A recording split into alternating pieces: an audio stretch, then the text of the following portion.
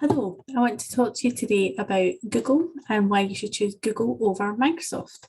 So previously, Microsoft Office was always the go-to, was the kind of standard. Everybody in their office would use Microsoft Office, and all the rivals that were around kind of were overshadowed by it because it was so popular, nothing else could touch it. Then back in 2006, Google launched Docs and Sheets, which is their alternative to Microsoft Word and Microsoft Excel.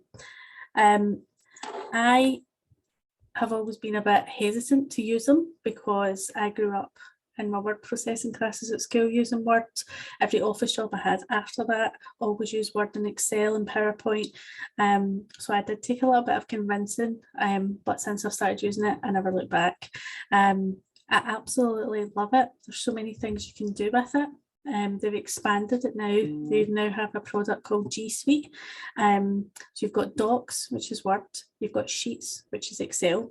You've got Slides, which is PowerPoint. And they've also got Forms. There's a lot of other ones, but they are the four main ones that I use kind of on a daily, weekly basis.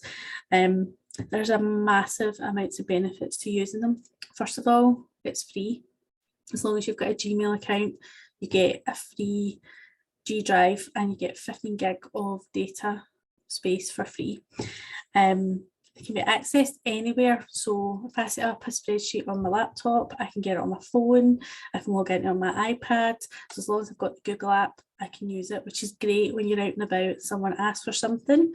I use them for business and for personal use. So I have a spreadsheet, because they're my favourite, of like all my household bills and things. So recently going through a remortgage, someone who was dealing with a mortgage phoned and said, how much do you pay per month for, can't remember what it was, and I went into my phone, into the app, into my spreadsheet, and was able to tell straight away how much it was and what date of the month that it came off of, so that it was so easily accessible, whereas before obviously everything was stored on your laptop and you couldn't do that. You can share it with whoever you want and restrict it with whoever you want. So I use them a lot for my clients. So I create a spreadsheet or a document and I can share it with them. I can give them editorial rights, or if they're shared with a group of people, I can keep it in a folder that they can see, restrict access to people that don't want to see things.